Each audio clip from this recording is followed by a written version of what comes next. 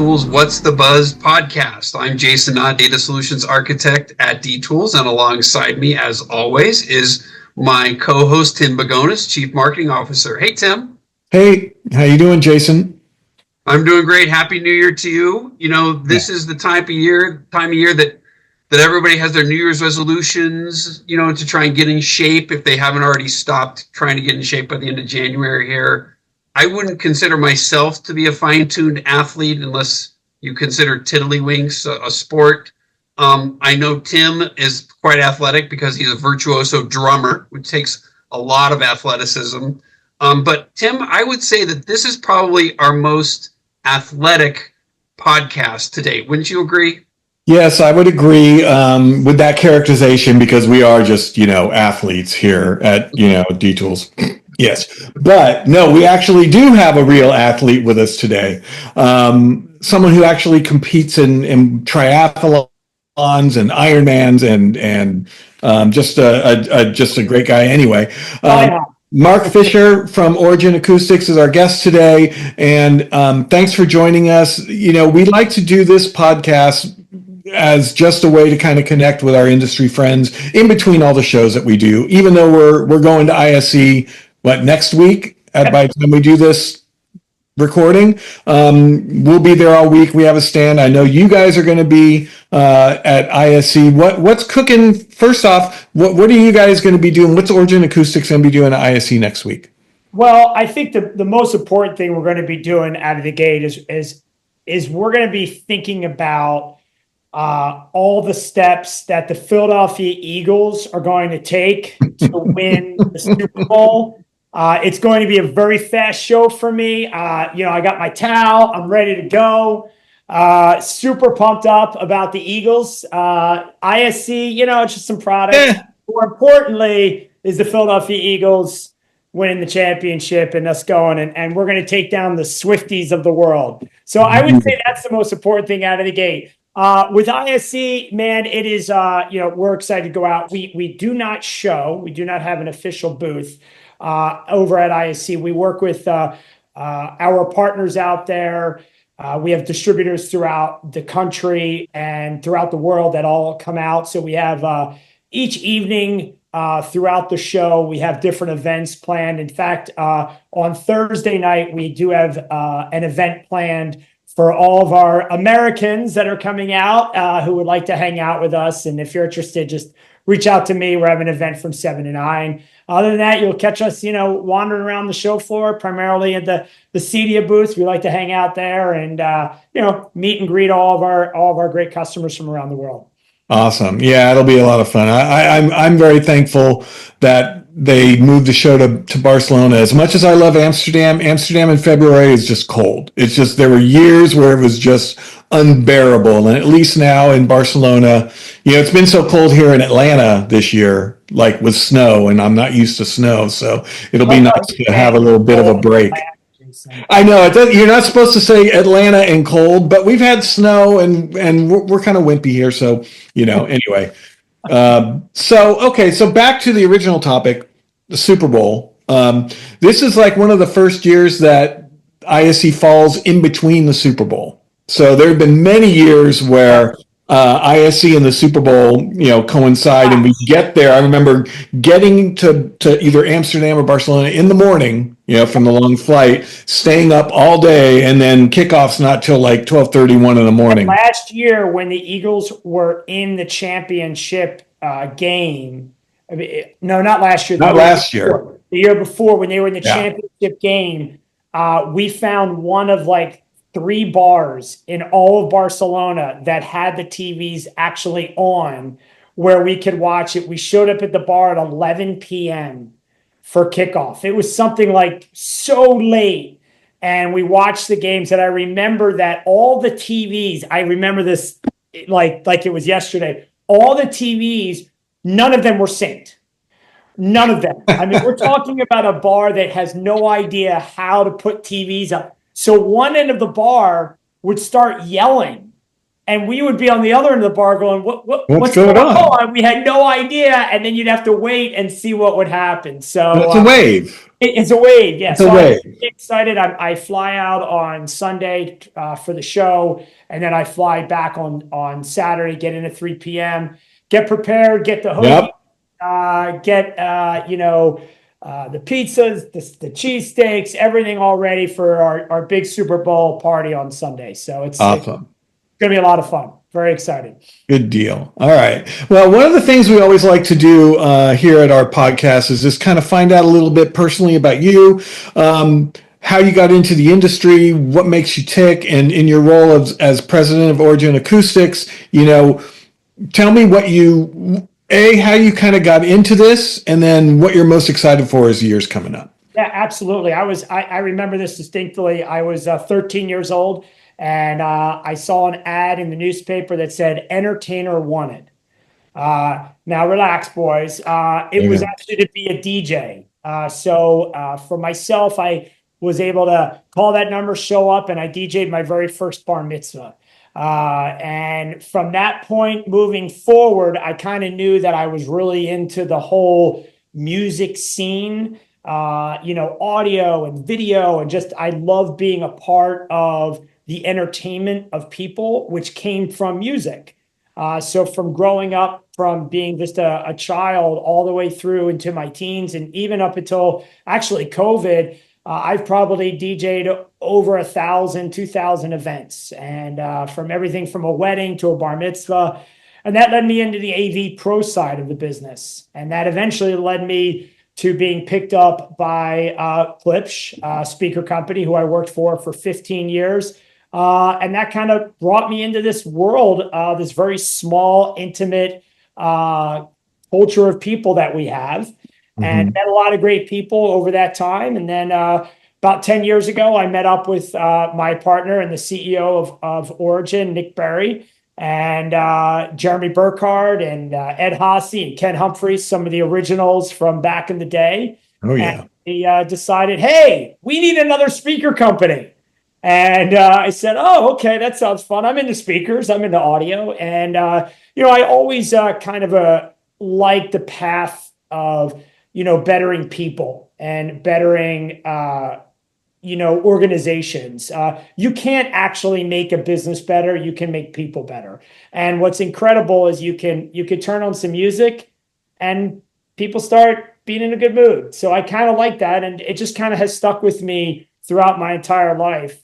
So much so that my son, who was, when he was born, I remember having the very first Bluetooth speaker in the room when he was born. And just yesterday, a couple of days ago, he turned 16, and here he is, one of the greatest hip hop dancers in this area. So that's awesome. Kind of just contagious. It's amazing what music can do. Great. Yeah. Right. I think we all got into this business because either we are musicians or we were in music or television, or we like gear. And, this industry I've found is really unique for that. I was in software before, and software companies tend to have a lot of musicians, but this entire industry is connected with either music, television, gear. And it's great because just, we're all passionate about it. Absolutely. Absolutely. Mark, let me get into some more nitty gritty stuff. I know you mentioned, the creation of Origin Acoustics with, you and Nick and Jeremy. You have a culture there that I think is envied throughout the industry, externally for sure. And I'm assuming internally also. Can you kind of describe what that culture is and what it is and how you maintain a great company culture? Yeah, absolutely. Our culture is very unique. Our culture is about collaboration, authenticity, and really most importantly, it's about putting the people first. I really believe in that. We're very deeply committed to, listening to our partners, getting feedback, and it helps us kind of create the best solutions for them. And it really helps us deliver on what really matters to them, which is quality, innovation, and service, right? You have to take time to listen to your customers. And I think in our industry, that's not done every day. We go, yeah, no problem. And then we go back to doing what we want to do. But we actually take a lot of time to listen to our customers and actually implement what they need. But it doesn't stop there. That's where a lot of companies really kind of go, okay, yeah, we'll do that. We'll build this. Oh, you need that. That's great. But where our real commitment is inside of our own house. In our own house, we are a really close-knit team of about 50 people. And in our company, it's about respect. It's about creativity. It's about holding each other to the highest standards, but at the same time, keeping it really fun and approachable. And those things make it's a big difference when you go back home and you're like, man, I love being at work. And that shows. We have events every month where people, our dealers, they come out and they visit us. And we give them a survey at the end. And it's amazing how many people write down, what a culture you guys have. Your company is incredible. We love your team. And that's primarily from all of the people that are with us. And, when it started, when it was just a few of us all the way up till now, we've held that true. And there are some key things, right? You have to stay true to your values. Whatever the values of your organization are, for us, it's about design-centric technology. It's about being customer obsessed. It's about the details. It's about the creativity. It's about the spirit of the organization. You have to have open communication throughout your organization where you can be free to talk about things. We don't have a dress code at the office. You come and go as you please. You take lunch when you need. We're not Apple in any way, shape, or form, right? But there's a reason why companies like that are successful. You want people to be innovative. You want them to think outside the box. Well, you have to put them in a comfort zone so that they can do that. And the most important thing is you have to have passion. You have to have a love for what you do. And if you don't do that, well, then none of this works. And that love that each individual person has in the organization, that creates this family and this team. And I think to really sum it all up, you have to genuinely care for people.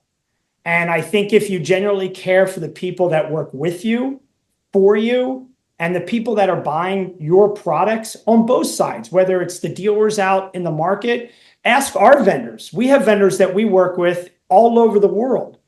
They love working with us because we love working with them. So it's a very open and free environment. And that is our culture. So people say, how do you create a culture? I go, well, it's us. It's the people, because that's what makes a company.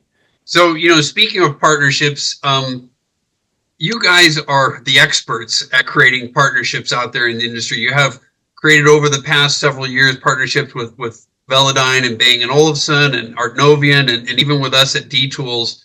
Tell us about how you go about making those partnerships, and are they all independently analyzed and created, or is there some sort of kind of overarching goal as to why you guys have created these key partnerships out there? Yeah, we've always taken a thoughtful approach to our partnerships at Origin, right?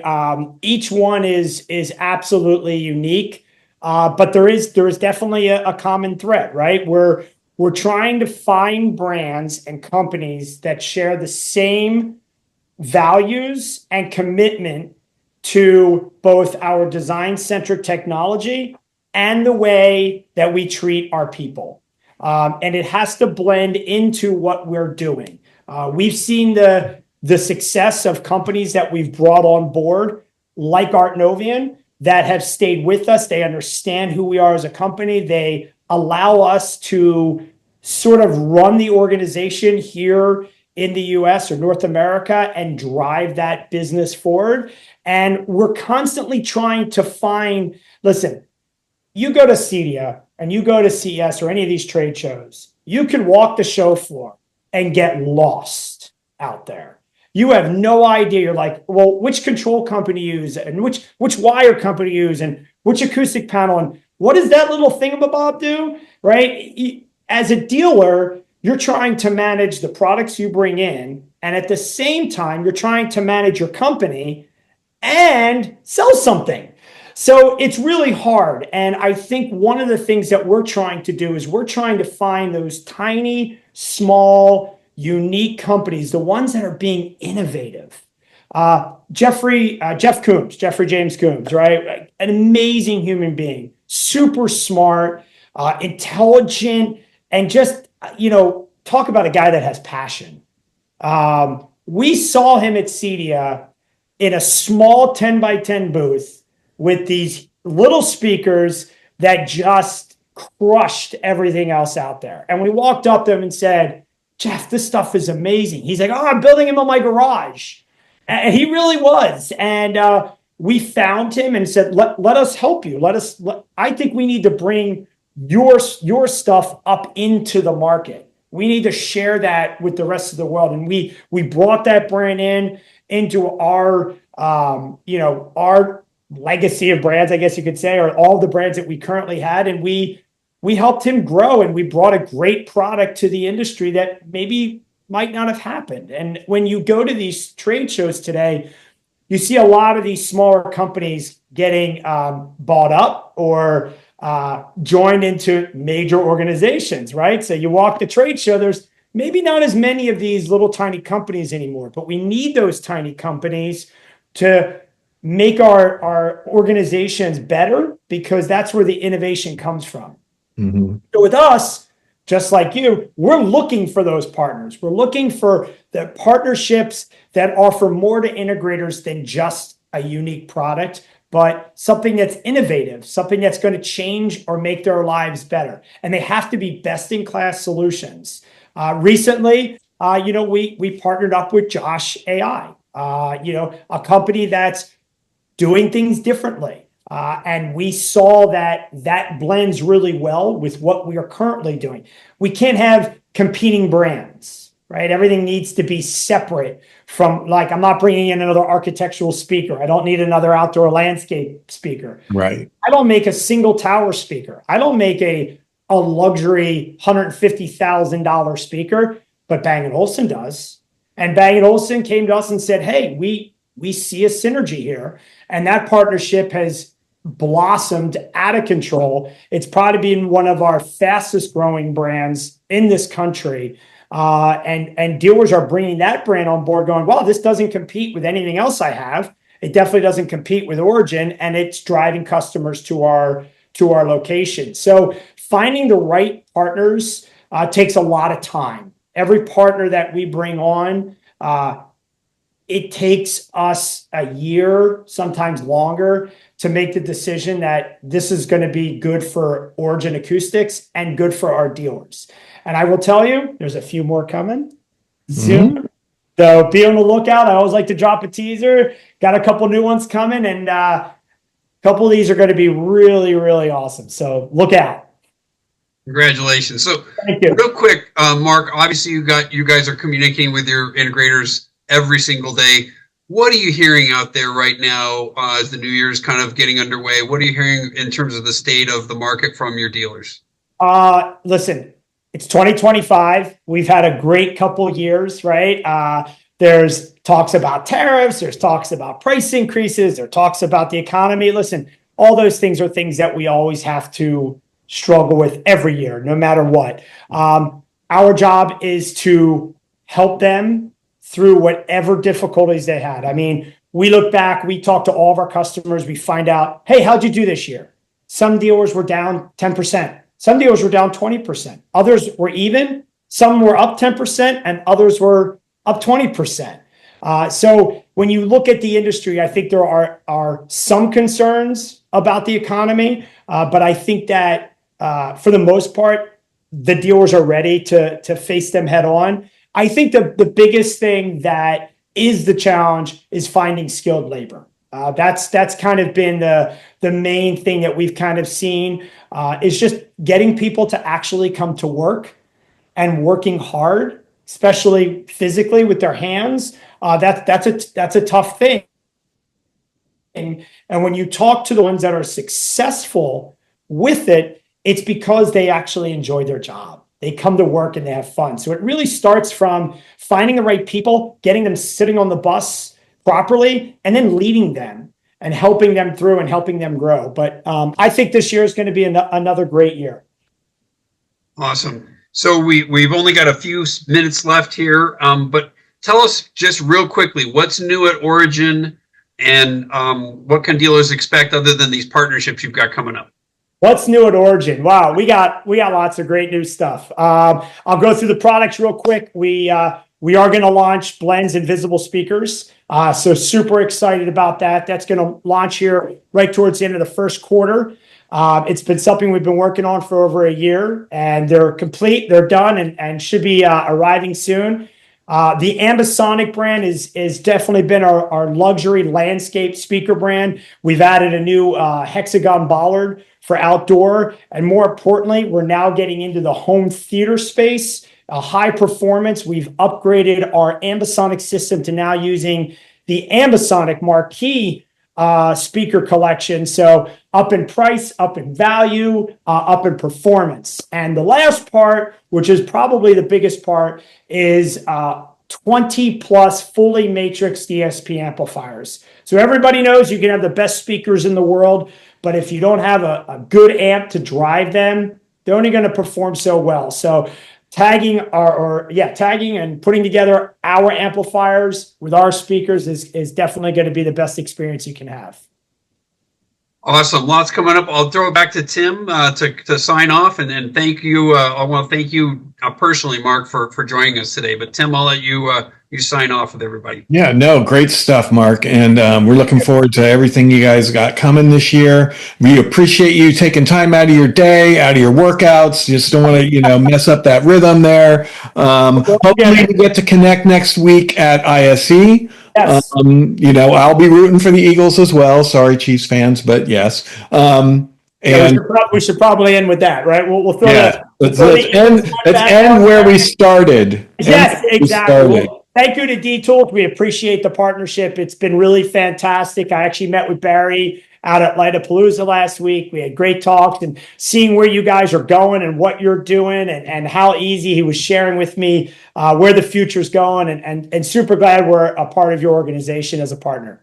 Yeah, well, we're thankful for your partnership as well. We look forward to a great year. And if you guys out there like what you hear, please remember to subscribe to us on Spotify, Apple, wherever you get your podcasts.